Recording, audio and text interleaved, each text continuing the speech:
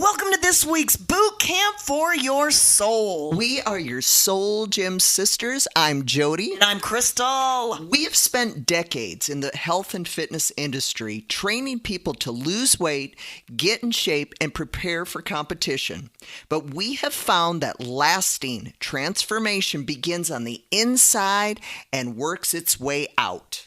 That is so true. So each week we take on a flabby thought, prescribe a practical, fun, and inspirational workout to develop mental muscle so that you can feel strong, live healthy, and fulfill God's audacious plan for your life. Hey, so let's get started.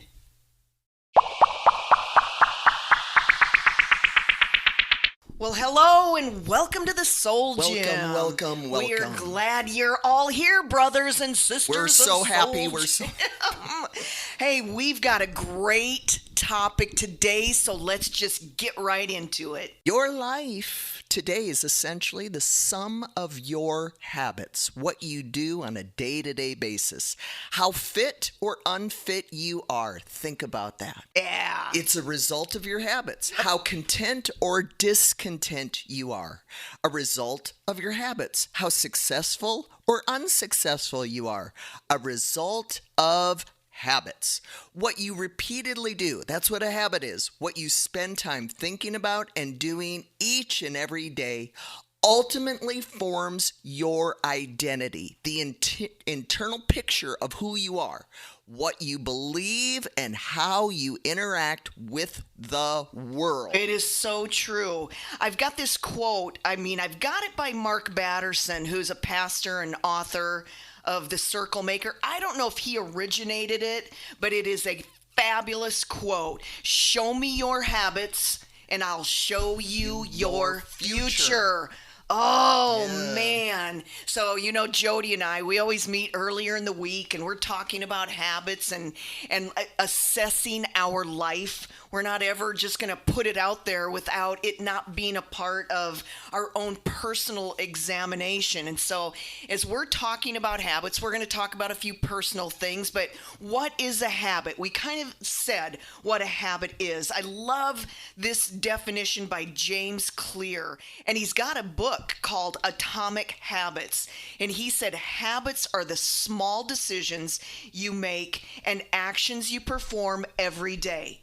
And he says, according to researchers at Duke University, habits account for about 40% of our behaviors on any given day. So a behavior has to be repeated in order for it to become automatic. Yes, what we do every day, it matters so much more than what we do once in a while.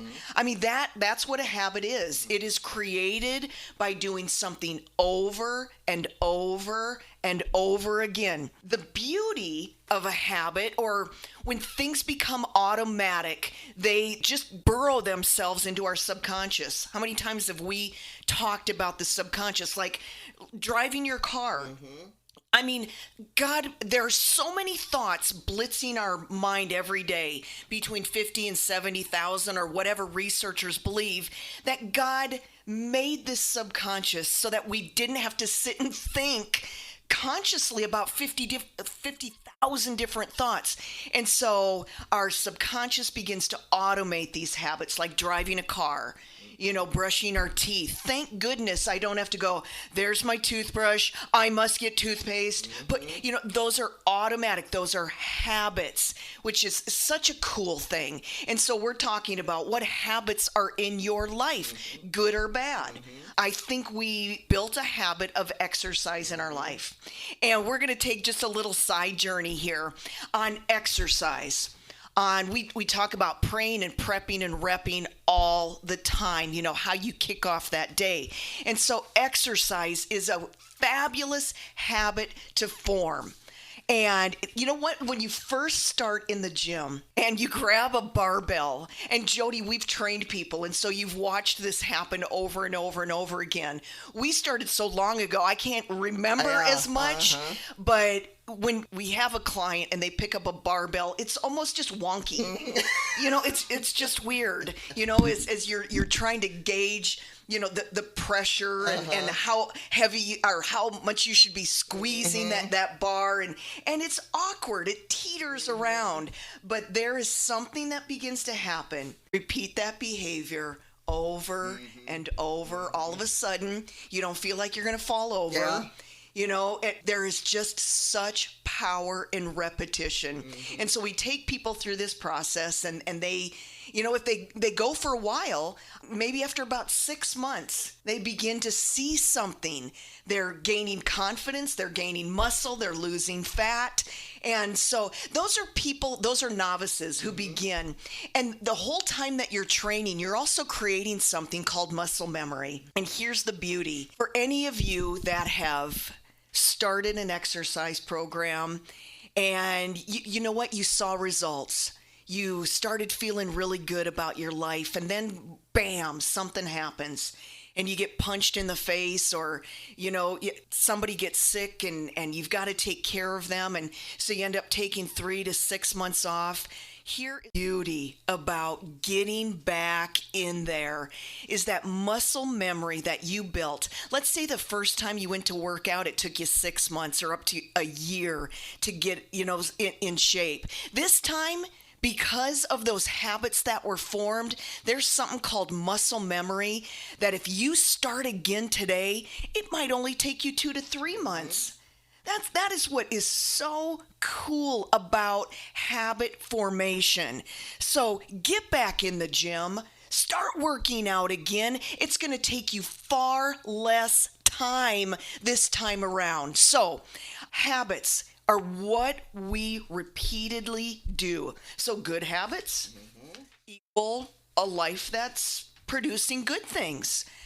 Bad habits, life that's not producing such good things. We're talking about the habit of procrastination, the habit of overeating, a sedentary lifestyle. How about a default of just anger? That's a habit, where you get frustrated, and boy, you can retrain that. A series of bad choices, I was showing Jody earlier, the actual thinking under a microscope. It's absolutely amazing. The more we think about something, the more we create a habit, the deeper the groove is in our brain. And so those good habits, we love those deep grooves to be there, but those negative habits can groove just as deep and can be there, 20, 30, 40 years. But the beauty of this is that we can get rid of those negative habits. We can change those negative habits. Jody, what do you think? Well, I'm really opposed to white knuckling stuff. Yeah. I have found an easier way to change something in our life. And I think it's first you need to change your identity. First you need to change how you see yourself. Change how you see yourself through the Word of God. Crystal, you brought up anger. If you're a rageaholic, or you see yourself, angry all the time, and you're trying not to be angry, so most people, they'll just white knuckle it, going, I can't be this way, I can't be this way. And sure, after time, you can, just beat yourself into discipline and submission. But I've found, instead of doing that, if you start to close your eyes in the morning, in the night, and I think writing out scriptures and affirmations, where you write out a sentence or two, proclaiming yourself to be a certain way. Put yourself in a position that you want to act calm. Say you lose it when you drive down the road. You're just terrible in traffic. What I would do is write out a sentence or two of how you want to remain calm when traffic is backed up, and you're patient and kind and let other people in. See yourself, write yourself down in the present, and you look over that for 10, 20 minutes in the morning, and at night, and declare that over you. You know, again, you can white knuckle it and you can just try to gut But when through the it. pressure's on, When, oh, goodbye. what's automatically in there is going to come That's out. right. So it's amazing how you see yourself is how you're going to behave. So first, turn it around rather than working on that behavior. Right. I got to change. I got to change. I got to change. You know, I was reading about a football coach, and you know, he said he was a terrible football coach. He would just beat his players up and remind them of all the mistakes they made when they dropped the football and acted a fool. And he said, and I switched it. I went over plays with these guys, and what I would do is have them in their minds go over a great play, you know, see themselves catching the ball every Right. time, see themselves scoring every time, see themselves a great teammate and encouraging.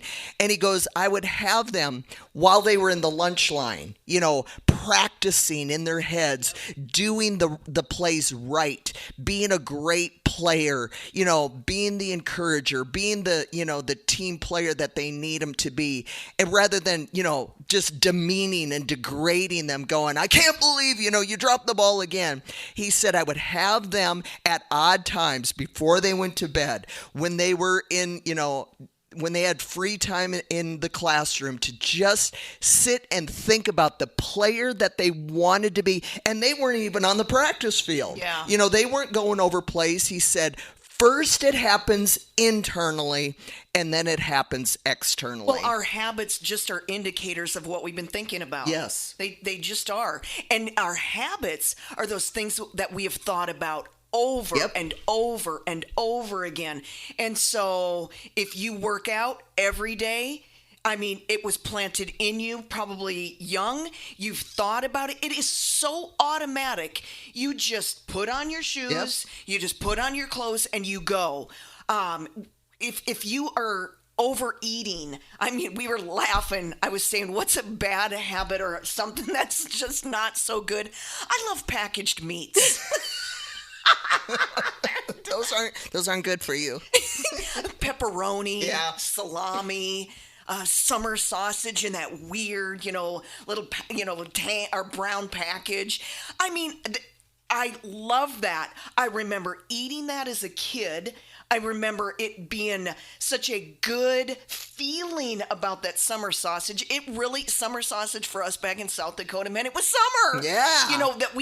So there is a connection. I have continued to buy that. I know abs are made in the kitchen. I know they are. I mean, we're laughing about it, but it's as simple as that. Yeah. What we think about, how we've been trained, how we emotionalize some of those Yes. decisions when we're young, end up becoming habits as adults. We keep saying good or bad, good or bad. I laugh about that, but guess what? I could eat cleaner. There's something about packaged meat Yeah. that just doesn't sound quite right. Sounds unhealthy. The salt and the sulfites or whatever's in there, there are cleaner ways to eat. And so we are our habits. And I think, like you said, Jody, so many of us now are like, we've got to gut this out and change our habits. But something happens first. We have to sit and analyze who we Yes. are. Why am I doing this? Yes. And it's because there is an internal picture. And so in order to change a habit, I mean, keep those good ones. Where there are good habits, there's good, healthy thinking. So we're not saying, I mean, that's good thinking. Keep those. There's a positive identity in there. But yeah, change comes from the inside out. Yeah, you gotta find out what you really want. That's true. Because you know what? There are a million voices in this world. Yep. There's the voice of your spouse, there's the voice of your friends, there's the voice of your kids. Everyone is trying to tell you what to do Right. and what you should be and what you shouldn't do and the plans that they have for your life.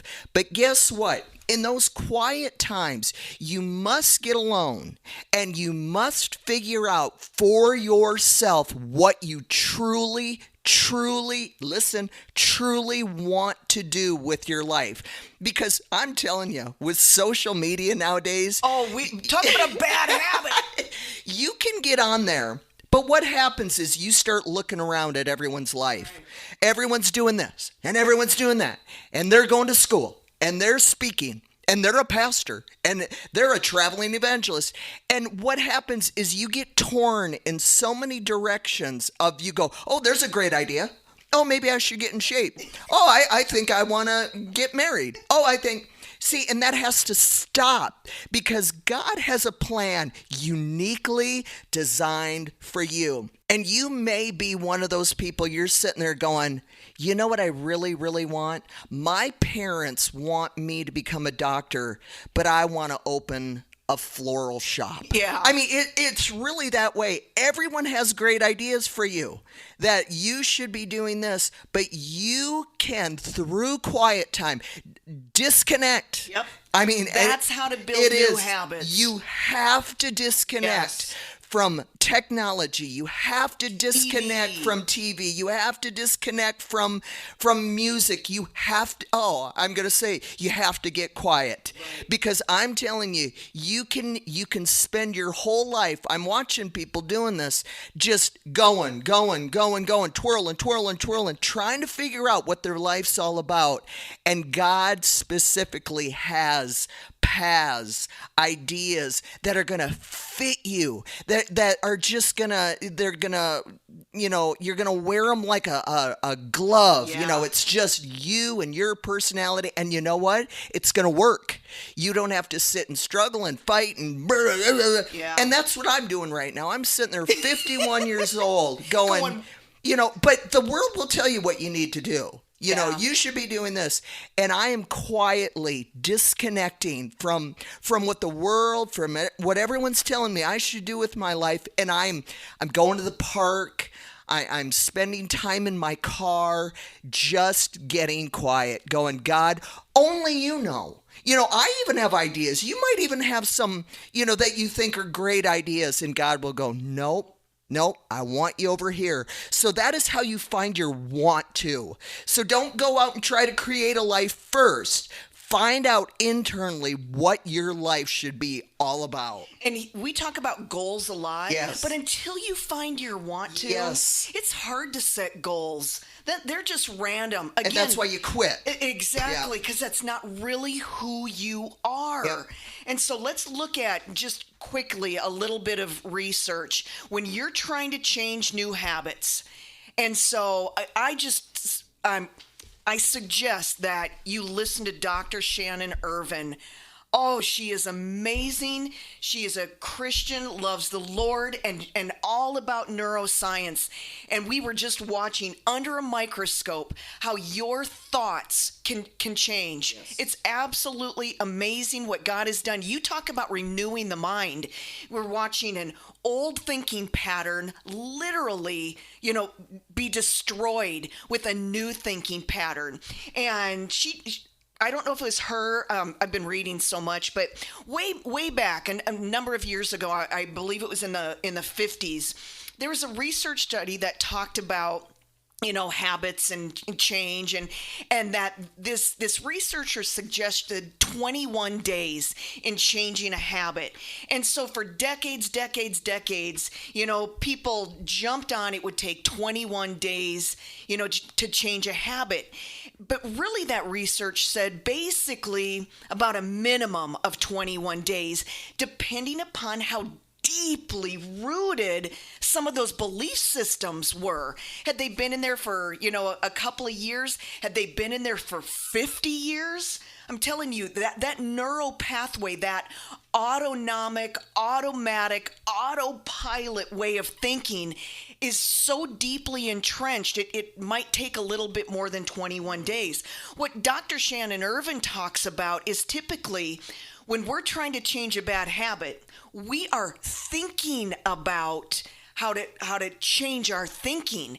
And so if you're an overeater, we are sitting there quietly, thinking about, no, I am not an overeater. I mean, change is coming from the inside out. So at 21 days, typically, now everybody's different. You've got this old way of thinking and this new way of thinking, basically in a showdown.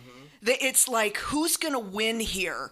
And so we begin to, as we're digging up those old feelings and those old patterns, boy, we can really start feeling uncomfortable. Sadly, this is where a lot of people can quit, because it's not willpower. And it's changing our thinking, which changes our identity. I'm not an overeater. I am an exerciser. I am fit. That is who I am. And so it can take up to, for some people, for most people, up to about 66, 67 days. Some people even up to 8 months. Don't be discouraged. The beauty is that your negative habit can change. This is what I find interesting is you decide by an act of your will Right. what you want in life. I want to be fit. I want to be debt free. I want a great marriage. Okay, that's a thought in your head. But if you haven't had that, or it hasn't been you, what you focus on, what you give attention to, what you think about, what you talk about is what you start to desire. Yeah. So what I think right here, the 21 days, the 66 days, is you're giving your heart time to, So to true. desire that. Yeah. At first, you might not, you go, I need to get in shape, but I really don't want to right now. But if you sit and you focus on what you're wanting, I'm tired of being overweight. I'm tired of not being able to ride rides at Disneyland, whatever Yeah. your why is. Yeah. Give yourself 21 days to sit and think about it. Focus on what you want. Talk about what you want. Put pictures in front of you of what you want. Whether it's debt freedom, think about not making that payment to the credit card, thinking of all your money going to you and not going out to all the debt you owe. See, give yourself time. Give yourself at least a couple weeks to just sit and get it down in your heart, because that's where you want it. Yeah. Not in your mind where you're just, this is what I should do. But when your heart wants it, the Bible talks about James, when there's a desire, a lust like sin, it'll take you away and cause you to do those things. Well, I think the same is true for the positive. Once a desire, a passion, a want to's in your heart, guess what? Nothing can stop it from happening. So it goes from your head, you're meditating, you're looking at it, you're thinking about it, you're talking about it, and guess what? Then the desire drops into your heart, and once it's in there, nothing can stop it from happening. Amen. So how do we build new habits? Figure out your why. Yep. Exactly what we're talking about. Why? Why get in shape? Yeah. What? Exactly. Why? There has to be a reason that drops into your heart. Then it's fun to set goals Yep. around that why. Jody, you said it. Eliminate the obstacles and distractions. It's hard to find your why. It's hard to sit and even think about what you're thinking about if you're just blitzed all day, every day with TV, social media, music, work, whatever, voices. We've got to hear the voice of God. And here it is. We've got to optimize our schedule. Look at your daily life, where we're wasting time, where we are completely distracted. Discover yourself. Do a little inventory. Ask yourself a few questions. What activities do I do every day? What do I do every single day? Good habit or bad habit? You can ask yourself around food, or if diet is a really important thing for you. You're finally going to get in shape. What 10 foods do I eat regularly? You might start seeing a pattern here. I love this one. Who are your 5 closest friends? Because you will end up where they are. And so you might just habitually just find certain relationships, just easy or simple, or maybe they're not easy, but you just feel like that hook is in you. It might just be a pattern of maybe unhealthy thinking that you might need to break right there. But we're saying take a little inventory, optimize your schedule, start today. Just start today, or think about it today and start in the morning. We have talked about our morning routine. If you want to start to establish good thinking habits, which those behaviors then will follow, is to kick off that day with opening up your eyes and first just being grateful for what you have, to get in the right mindset, to be quiet right here, I think is just the way to optimize your day. Jody and I always talk about our pray, prep, and rep. You got to get in the reps at some point. Yep. Your thinking reps. When you start to change your thinking and you change that identity, those behaviors will just start to follow. That is the way it works. And so, hey, listen, you guys, flabby thinking creates bad habits. It just does. Habits become automated. The more we think about them, the more we emotionalize them, and we begin to repeat them over and over and over again. So you keep those good ones, and we can get rid of the bad ones. We are our habits. So look around your house, look at your job, look at your relationships, look at your health, your money. We are our habits. We can change them, but you got to find your why. Yep. You find your why and you tap into that, and man, then you want to set goals. Then you're motivated for whatever that is. It will drop into that heart. Yep. And you can change. So our mental muscle challenge, and Jody and I are asking ourselves these same things. What is the critical action you need to repeat to build a habit that you can change in your life? You find that why. Hey, we love you guys. Thank you so much for being a part of the Soul Gym. We appreciate your support. Continue to tell your friends. Hey, please log on to SoulGymSisters.com. We've got a lot of things about thinking and a lot of freebies. We would just love you to be a part. Please subscribe. Again, it's a pleasure. As always, if you've got anything you'd love us to talk about, send us an email. We'd love to hear from you. Anything else? That was a good one. That was a good one. Hey, we will catch you next week at the Soul Gym, where we tone up flabby thinking and develop mental muscle. Bye.